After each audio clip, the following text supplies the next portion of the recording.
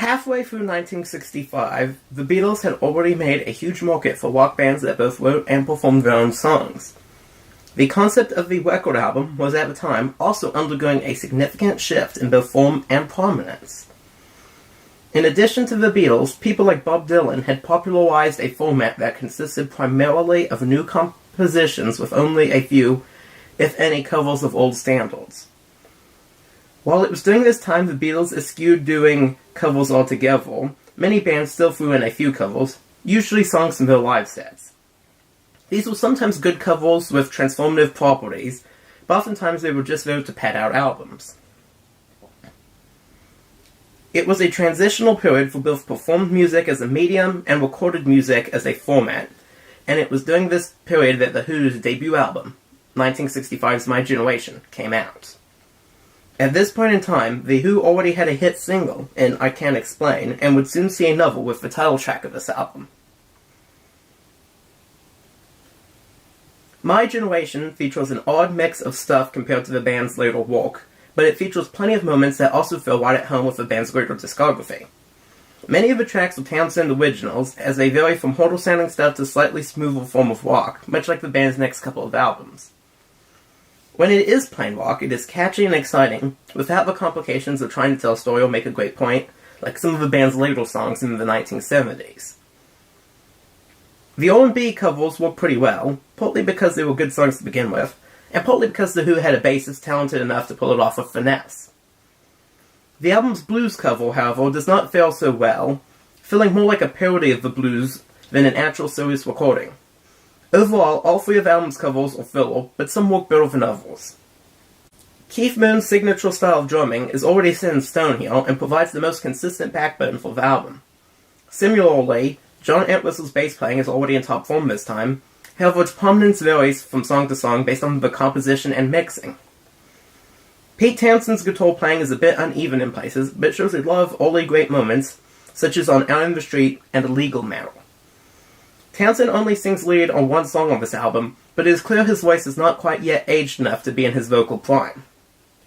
Roger Daltrey was already one of the best rock band frontmen, but he makes some missteps here, especially on I'm a Man. This album also features the piano quite prominently, something which is kind of odd for a record put out by a band without a dedicated pianist. Most, if not all of this album's piano work seems to have been done by the ridiculously prolific Nicky Hopkins, who consistently employs a kind of rolling ragtime type of playing throughout. Hopkins also gets writing credit on the album's instrumental track, so he seems to have been given a great deal of freedom during the making of this album, seemingly for the better. Overall, My Generation features some bona fide classics and serves as a good jumping off point for the band, but it pales in comparison to some of the band's later efforts. Better than some of the late era stuff, but being only really comparable next to the next two albums in terms of sound. Still, if it is that mid-1960s rock and roll sound you're craving, then this is a great album to listen to. Now, before we go on to the song-by-song ranking, I would like to encourage everyone to like and subscribe. Like this video, subscribe to my channel, comment if you have anything to say. And without further ado, let's go on to the song-by-song breakdown. Out in the Street is not the best album opener, but it works pretty well.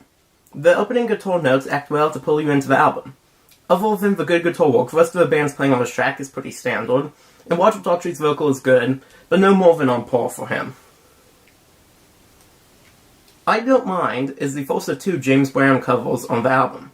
Daltrey performs a good vocal here, and the rest of the band supplies pretty good backing vocals. The main standout of this track, however, is John Entwistle's bass playing, which is, as usual, top-notch, and really holds this song together. There are also a couple of good guitar solos in there as well, but they don't add as much as you think they would. The Good's Gone is where the album really starts to hit its stride. Pete Townshend once again shows off his ability to write a good chorus that, when combined with the rest of the band's usual up-tempo but hard sound, makes for some really catchy songs, including this one. La La La Lies is the first of the smooth-sounding songs on the album that works as a counterpart to the blues and horror rock songs. This song is, however, still rock, and most of the smoothness comes more from the vocal style employed, which would feature several more times throughout this album and the next few after it. This style is not that much different to the style of the early Beatles or what the Kinks were doing around the time of their album Face to Face, and the catchy chorus makes this a worthy, if not super unique, addition to that canon. Much Too Much is another song that shows off Pete Townshend's knack for making a catchy song. The harmony on the chorus is good, and the verses are sung in a style which is intonation kind of reminds me of Bob Dylan. It's not the most unique song that whoever put out, but it fits in with the rest of this album very well. My Generation needs no real introduction. Everyone has heard of this at some point or another, at least if you're a classic rock fan, and it remains the quintessential Who song. Daltrey's controlled stuttering, great lines, and epic guitar help make this a standout of the 60s Teen Rebellion song genre. It's not as polished as some of the band's other songs, that sort of helps it make its point as the original punk song before Quadrophenia and The Clash and whatever else came along after it.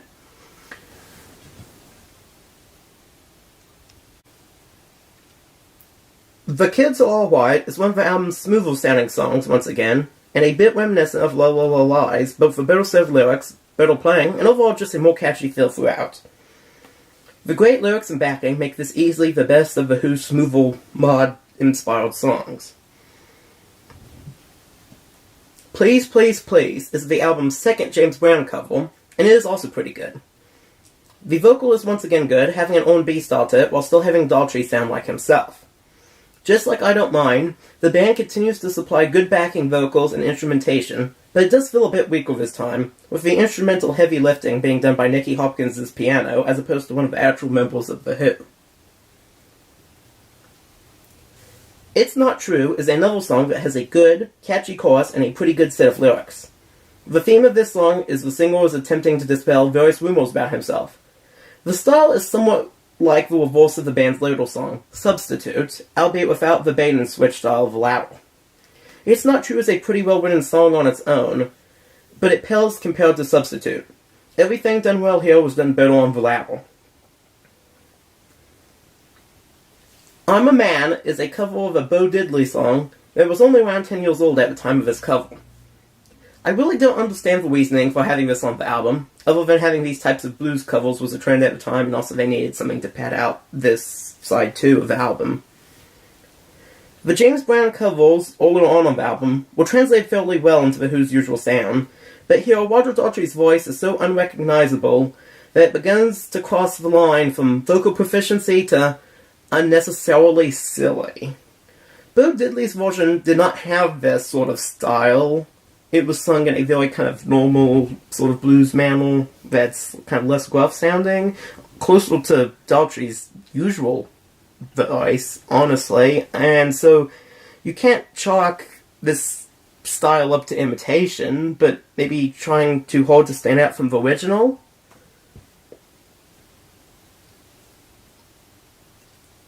A Legal Matter starts off with a great guitar part that feels years ahead of its time.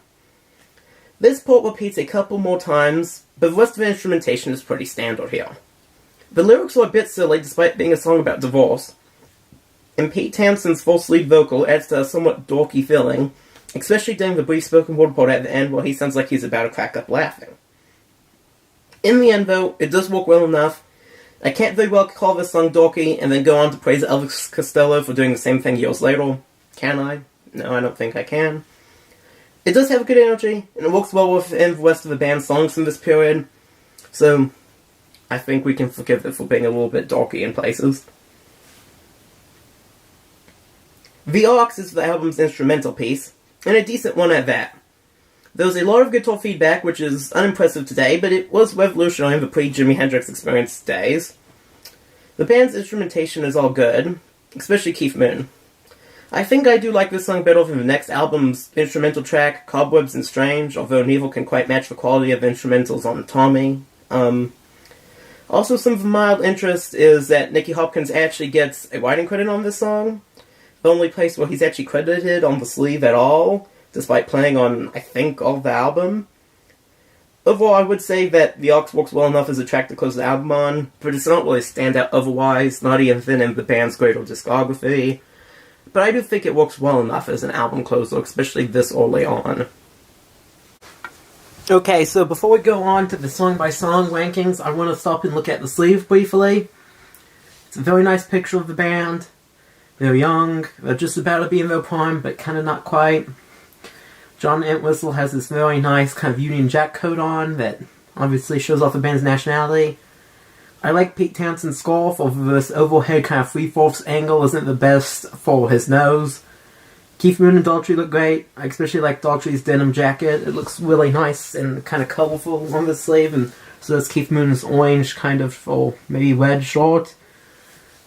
Big red textile, big kind of slightly smaller blue textile, Brunswick label, all very nice. The framing of the shot is admittedly rather strange. They went out to, I guess they had no budget, so they went out to like maybe the dock or something, and stood by these oil barrels. And I guess had someone stand up on like a step ladder or something, or I guess a full-size ladder it'd probably have to be, and just look down and take these pictures of them. That's a little weird. And I didn't mention this before, but this is a 2015 European mono repressing. So you get a little mono thing up there in the corner. On the back, you have good pictures of the band, including a better picture of Townshend, as well as a picture of Entwistle, Daltrey, and Moon. I especially like the picture of Daltrey. It looks very nice. You got, I think that's his mono, you got track listing, you got the same font from before on the front. It's kind of nice, kind of blocky, but I guess kind of angular, but that's nice. And then I don't have too many other records on this Brunswick label, but there it is. Very nice, once again. And that's about it for the sleeve. I think it's a very nice sleeve. It's not the best, but it is very 60s, and it does show a very nice photo of the band. So, for the final rankings of the songs, I'm going to give Out in the Street a 7 out of 10. I Don't Mind, 7 out of 10. The Good's Gone, 8 out of 10.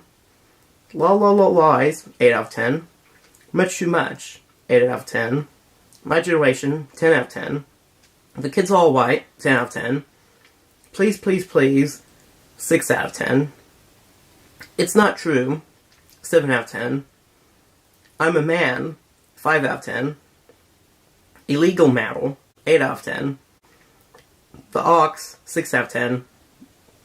And overall, I think I'm giving this album 8 out of 10. It does look pretty good. It's the band's debut. But it's not, anywhere near the greatest. But I do think it works pretty well for what it is. I mean, it's not particularly any worse than, the Beatles' first album. So, and also for my free tracks that I'm picking out is, the recommended ones to listen to, I'm picking out My Generation, The Kids All White, and La La La Lies. So there you have it.